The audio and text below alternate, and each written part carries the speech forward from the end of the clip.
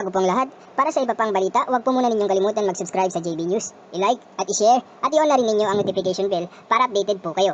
Hindi o pinapayagan ang direktang pagmamayari. At pagpamanin niyo, Atty. Del Castillo, ang PDR po ay isang pagpapalusot ng pagmamayari ng banyaga. Importante lang po na tanungin namin ang tamang mga tanong, malaman namin ang katotohanan, at batay po doon bumoto kami. Sa inyong po mga presentasyon at doon sa mga isyong nailagak dito sa komite, pwede hong nagkamali kayo. But does it require a rescission of the franchise? Pwede po bang yun ang maging batayan ng hindi pagre-renew? Pwede rin pong ito rin na maging batayan na sabihin ng mga miyembro ng komite na wag i-renew dahil ganito ang naging ginawang violation. Pero importante po sa amin na tanungin ang ating mga applicant, ang ABS-CBN Corporation, para malinawan po tayong lahat. Alam mo natin na ang kalagahan ng inyong trabaho, ng inyong negosyo. Hindi lang po negosyo yan. Siya po ang nagbibigay ng kultura, siya po ang nagbibigay ng impormasyon at kaisipan sa ating mga mamamayan at higit sa lahat sa ating mga kabataan. Gusto ko rin pong sabihin, and yeah, if I may make the presentation, Mr. Chairman, napaka-komplikado po ng usapin nitong PDRs. Hindi ho ganun kasimple. At sa akin pong maliit na presentasyon, at siguro sa ating matanungan, malinawan natin talaga. Pero pagpaumanin niyo ho, dahil ako po may konklusyon sa aking ginawang pag-aaral at sa aking presentasyon ngayong hapon. Next slide, please. Yung ating pong konstitusyon, which you mentioned, Atty. Del Castillo, dalawa pong ang bagay ang sinasabi niya, ownership and management. Yan pong dalawang bagay na kanyang tinitingnan sa isang korporasyon. Higit sa lahat sa mass media, 100% ang ownership wholly owned by Filipinos. Ibig sabihin, kahit gatiting, hindi pwedeng magkaroon ng ownership ang dayuhan. Sa ating pong mga tahanan, no, meron ho ding control at ownership. Yung ownership, pag-aari yung mag-asawa, yung bahay. Pero yung control, kay misis. Dito ho, hindi naman pinag-uusapan mismo ang control. Because the cases you mentioned about Herbosa and Roy, the case you mentioned about Gamboa, we're all talking about the 60-40 relationship and they were talking about control. So pinag-aralan po nila, they were studying the common preferred shares and now it affected the voting, the beneficial ownership of the corporation. So ibang po naman ang usapin ng ownership. Yun lang po ang pinag-uusapan natin dito. Dahil sa palagay ko naman, sa control, wala naman po sigurong ganong lumabas o naging epekto. But let us see. Ang PDRs po ay pagtatago sa tunay na pagmamayari ng dayuhan. Next slide, please. Ano po ba ang depository receipt? Ang sabi po niya, katulad na banggit niyo, matagal na po ito. Meron pong American Depository Receipts, Depository, yan po yung sinasabi nila. Meron pong GDR, German Depository Receipts, Global Depository Receipts. Ang kaibahan dito sa Pilipinas, nung ginawa po ito, at matagal pong hindi ginawa sa Pilipinas po, dahil may ownership restriction. Hindi nila alam paano ipoporma ang depository receipts. At nangyari lang po ito, ng katulad ng binanggit nyo, na magsimula itong 1999 nang ito po isinagawa ng ABS-CBN at ng iba pang kumpanya na gumawa ng depository receipts. Ito po ay negotiable security which represents ownership, interest, and securities of a foreign issuer, typically trading outside its home market. A PDR represents a share in a company which gives the owner the right to all the dividends due and shares of stock acquired. Ang ibig pong sabihin, ang lahat ng kita ng PDR pupunta doon sa may hawak ng PDR. Ang PDR po, ito po yung kinyo pong Philippine Depository Certificate. Ang nakalagay po dito sa inyong Philippine Depository Certificate, one existing share of ABS Broadcasting Corporation is equal to 1 PDR. Andito po, nakasabit po sa amin sa inyong komite. Pwede yung bumalik yung slide? Parang nauna na nang nauna. So, hindi po pwedeng ibenta o bilhin ang PDR kung hindi gustong ibenta ng may-ari. Ang ibig sabihin po, para lang humaliwanagan yung ating mga nanonood, sa palengke ho, may rights. Sa palengke, yung nagbebenta, pwede niyang ibenta yung rights niya. Umabot po yan ng 100,000, minsan milyon pa. Yung kita sa rights niya, pumupunta doon po sa nagbebenta sa palengke. Pero yun nga po, walang titulo. Dito po sa PDR, nakasabay po ito sa isang titulo. Wala siya sa pangalan ng titulo, pero siya ang nagmay-ari ng titulo. 1 ABS-CBN broadcasting share is equal to 1 PDR. Sa palengke, rights, walang titulo, pero yan po, ganyan ang nagiging usapin sa kita at pagmamay-ari. Next slide, please. Yung pong binanggit niya, tama po kayo. Ang ABS-CBN Corporation ay kaiba sa ABS-CBN Broadcasting Corporation. At ang kumpanya po ng ABS-CBN Holdings Corporation ay ang pagbibenta ng PDR. So pag tinignan po ang ABS-CBN na kumpanya, ang may-ari ABS-CBN Holdings Corporation. Next slide. Ang ABS-CBN Holdings Corporation po, 50% pagmamay-ari ng Lopez Inc. At iba pang mga direktor at opisyalis nito. Yan po ay galing sa inyong webpage. Next slide, please. Yan din ho, galing sa Philippine Stock Exchange, na ang sinasabi po niya na ang ABS-CBN Broadcasting ay owned by Lopez Inc. At ito po ay kasama dito ang negosyo ng pagbibenta ng PDR. Next slide. Ang ABS-CBN po, maraming layers ng pagmamay-ari. Hindi lang po ang ABS-CBN Corporation, katulad po yung kaninang pinakita ko, ang nagmamay-ari ABS-CBN Holdings. Nandiyan po ang PDR sa ABS-CBN Holdings. Ang Lopez Inc. din po, na hindi ho yan listed, meron po yan Lopez Holdings na listed company. So, ang layering po, napakadami. Diyan po sa diagram na yan, makikita nyo. And for the record, Mr. Chairman, pag paumanin po ng ABS-CBN Corporation, hindi ho sinambit sa amin ang dokumento ng Lopez Inc. to Lopez Holdings Corporation. And maybe at a proper time, we can ask for that. Kasi ang hawak lang po namin, ABS-CBN and ABS-CBN Holdings. Next slide, please. Kung titingnan nyo po, diyan po sa listahan ng Lopez Holdings Corporation, 54% po diyan ay Lopez Inc. Yung pong Filipino group ng PCD nominee, diyan po ang mga PDRs, 30%. At malinaw po, nakadeklara sa inyong mismong website, non-Filipino PCD nominee corporation at 9.89%. Kanina ho sinabi na Atty. Del Castillo, meron na pong ABS-CBN Holdings, meron na pong banyaga na magmamay-ari. And I think it's very clear also, nandito po sa akin yung pag-uusap na ginawa noong shareholders meeting. Ang sabi po, the PDRs sa ABS-CBN Holdings, the PDRs unlock the share value of ABS-CBN, allowing foreigners to participate in a media enterprise whose ownership is constitutionally limited to Filipinos, with foreigners allowed to buy PDRs, shares which have long been undervalued, can now play catch up with the regional media counterparts. Ito naman po galing sa ABS-CBN Holdings Corporation. So paglilinaw lang po, may Lopez Inc., may ABS-CBN, meron ABS-CBN Holdings, at meron Lopez Holdings. Sa dalawa pong korporasyon ng ABS-CBN Holdings at Lopez Holdings, meron pong mga banyaga na nagmamay-ari ng PDRs.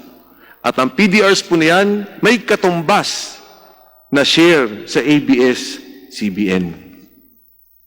So ito po yung susunod, ang ABS-CBN, next slide please, Corporation, Kung titingnan nyo po dyan, 490 million shares, Lopez Inc.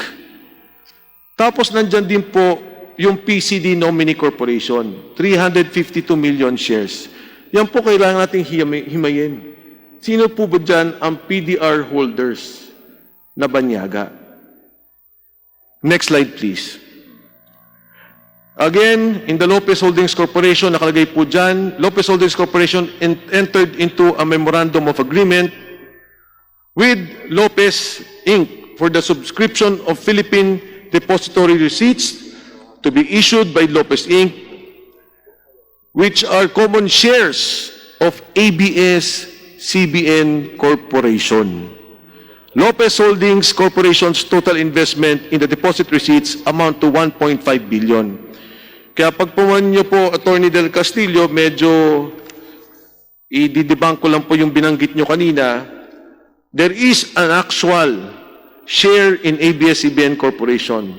They may not have their names. Wala po sa pangalan nila yung ABS-CBN Corporation share, pero ang bawat PDR ay may katumbas na share sa ABS-CBN Corporation. Next slide, please. Yan po ang sample contract. Pinakita ko na po kanina yan, at muli po, papakita ko yan. Ang existing corporation po ng ABS-CBN Broadcasting, 1 PDR, 1 ABS. Kung iahambing ko po yan sa bahay, meron kang bahay, may titulo. Yung titulo mo, sinabi mo, may papel kang hawak. Ako nagmamay-ari ng 30% ng bahay na yan, wala kang pangalan sa titulo.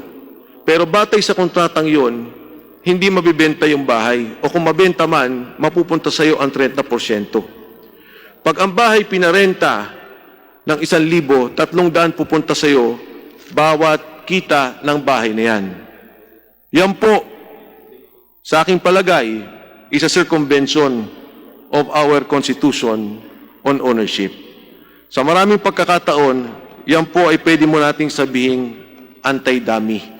Na merong banyaga, meron siyang kinabitan na korporasyon na Pilipino, pero ang kita, ang pagmamay-ari sa katotohanan kanya. So ito po yung slide ng ABS-CBN, 1 share, 1 stock.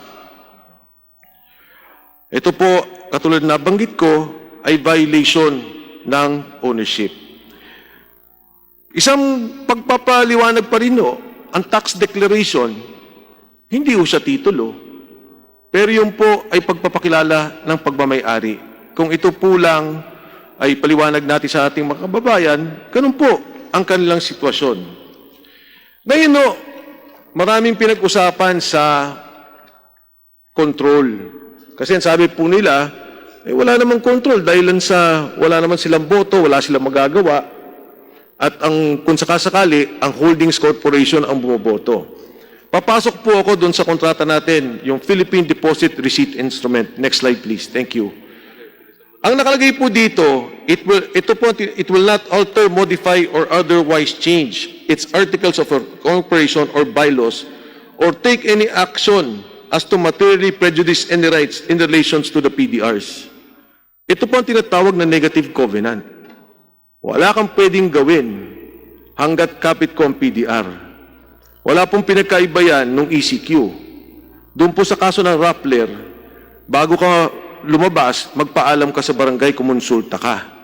Dito, sinasabi na ng barangay, hindi ka pwedeng lumabas. Sa parehong ehemplo, ang kontrol nasa barangay. Sa pagkakataong hunto, ang may-ari ng PDR may kontrol sa korporasyon. Next slide.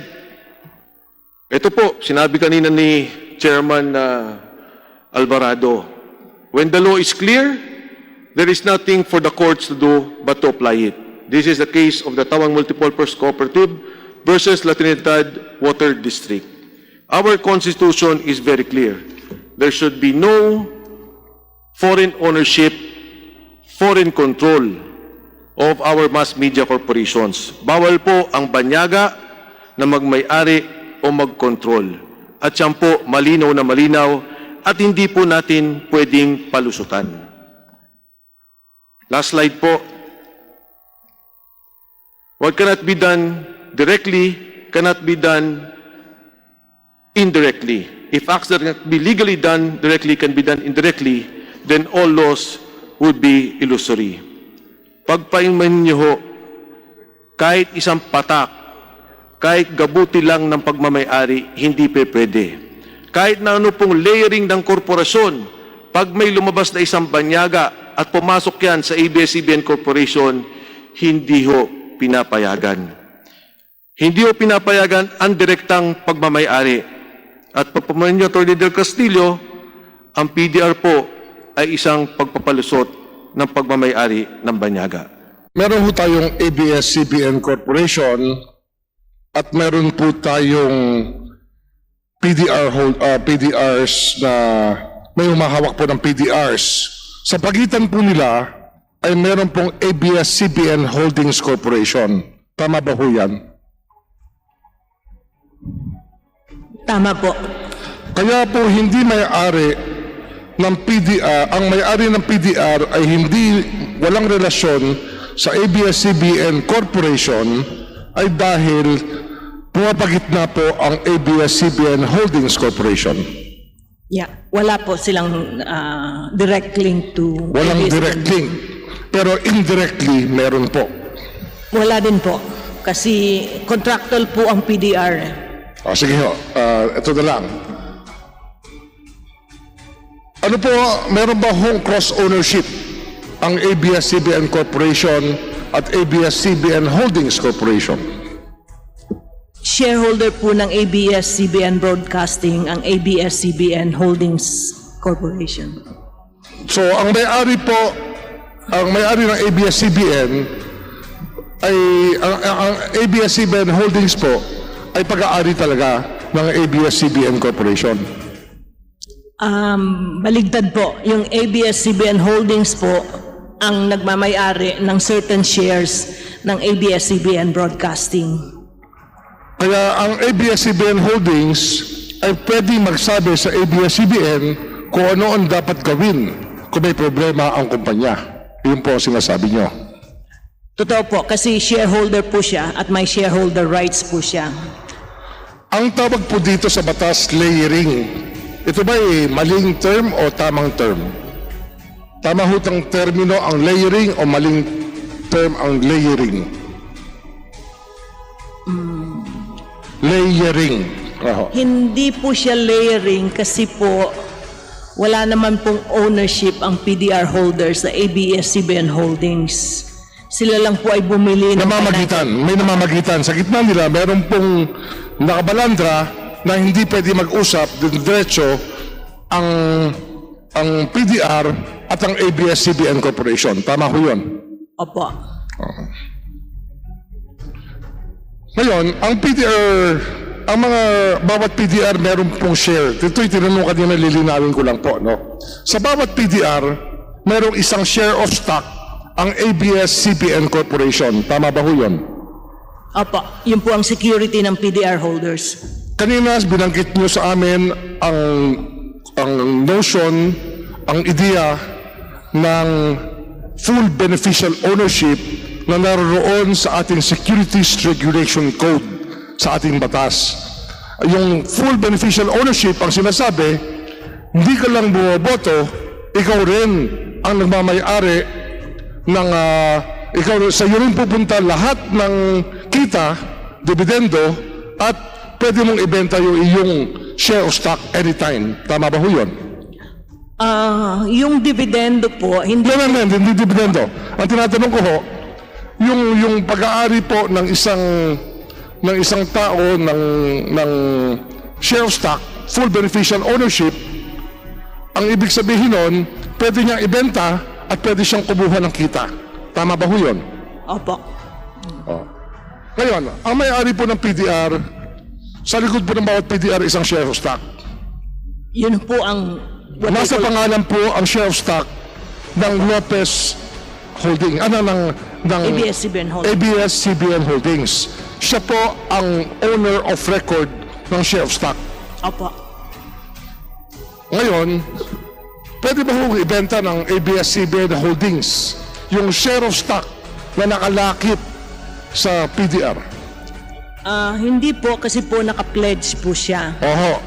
Pwede lang ho siya ibenta pag inutos ng may-ari ng PDR at siya ay Pilipino man o dayuhan, gusto nilang perahin, pwede ho nilang utusan ang holdings, ang issuer, na ibenta ang shares of stock. Tama ho yun?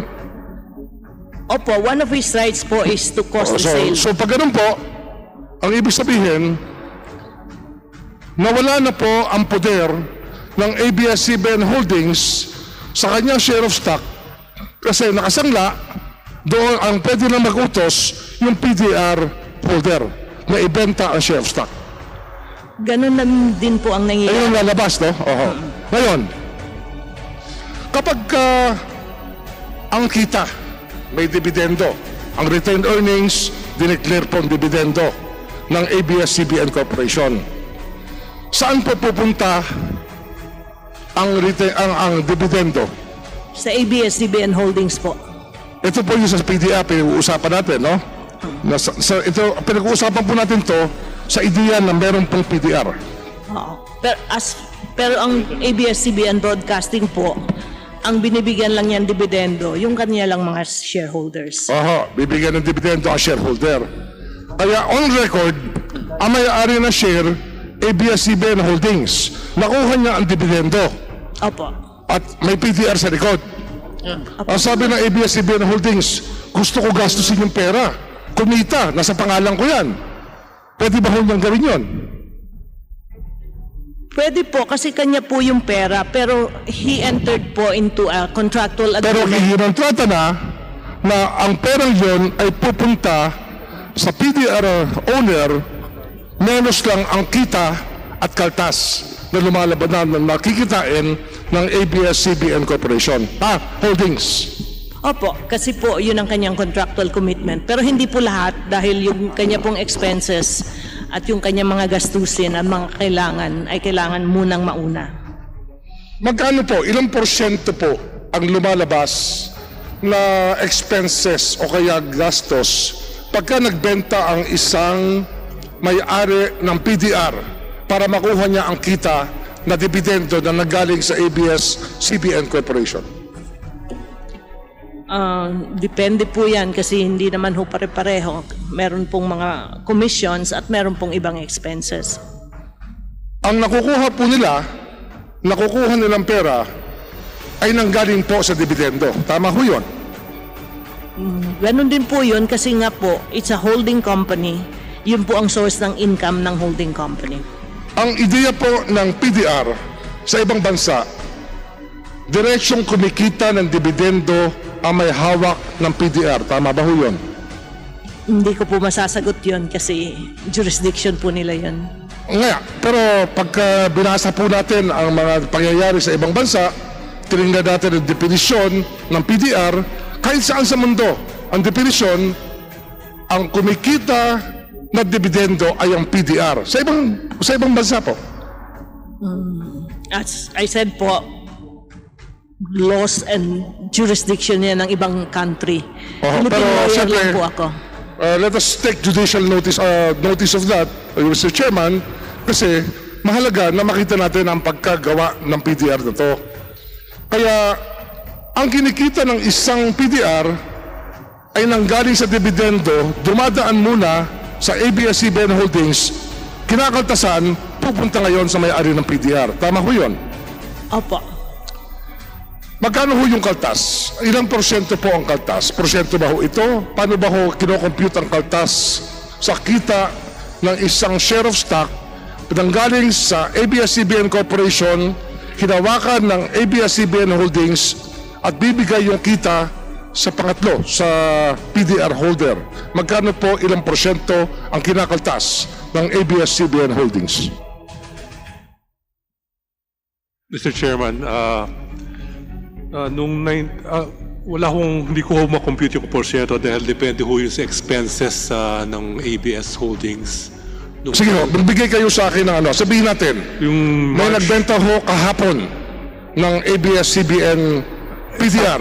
for example ho, Sabihin nyo sa amin kung magkano nabenta at magkano nakaltas at magkano nakuha o makukuha na may hawak ng PDR.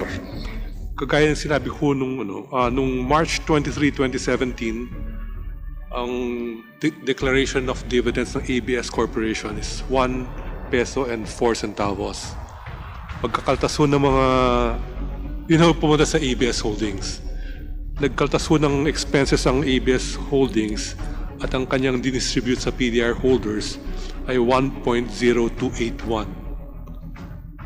So 1.04 to 1.0281. Nag-iiba ho yan taon-taon.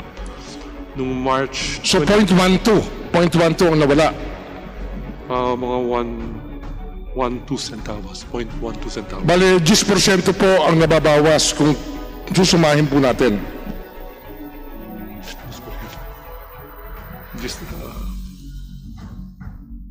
mga 10%. 10% ho.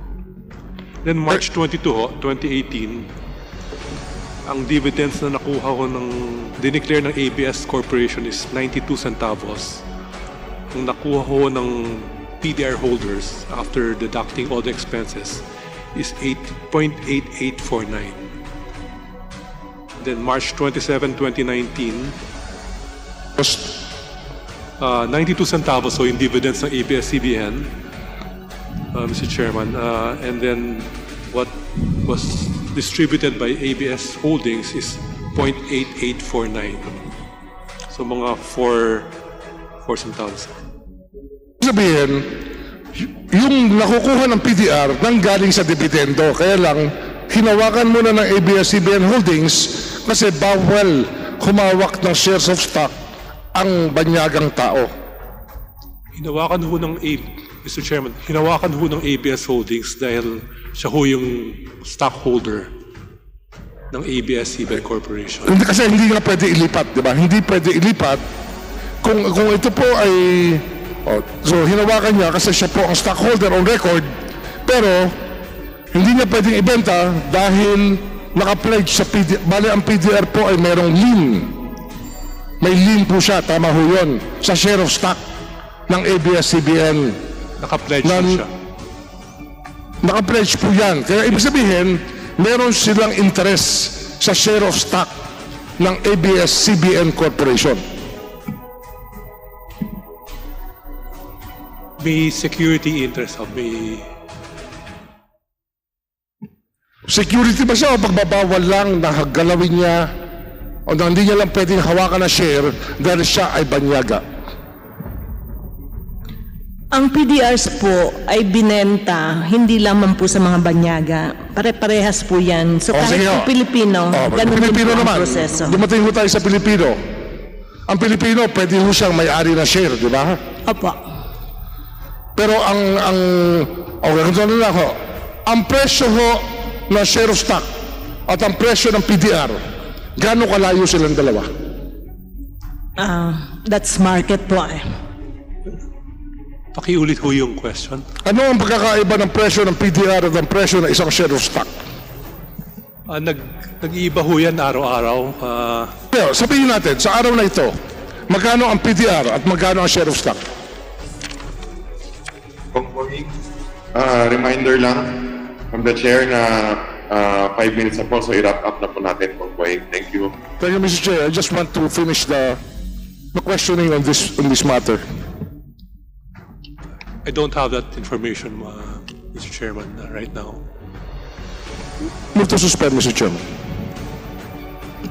Hearing suspended. Hearing resumed.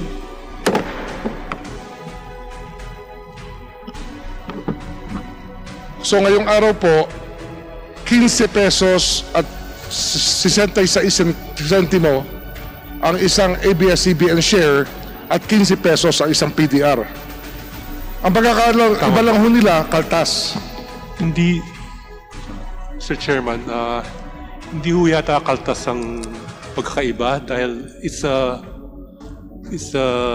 market price. It means market forces ho nagdedetermine ng price. Pero hindi ho nagkakalayo ang presyo. Hindi po nagkakalayo. Sapagkat isa lang ang pinanggagaligan nila. Tama ho yun. Dahil ho, yung isa ho is a derivative of the share, and the value of a derivative depends on the performance of the underlying Ibig share. sabihin, financial derivative lang ang PDR na isang share of stock. Yes, sir. Yes, sir. Kaya ang ibig sabihin, pag financial derivative ang PDR na isang share of stock, halos ikaw ang may-ari kaya lang hindi ka nakarehistro. Hindi po ganun ang konsepto nun kasi hindi po siya nagmamay-ari ng shares. It's a financial instrument po. Malinaw na ho yun. Kasi nga, kaya nagsinimulan ko po ang aking tanong sa layering. Layering po.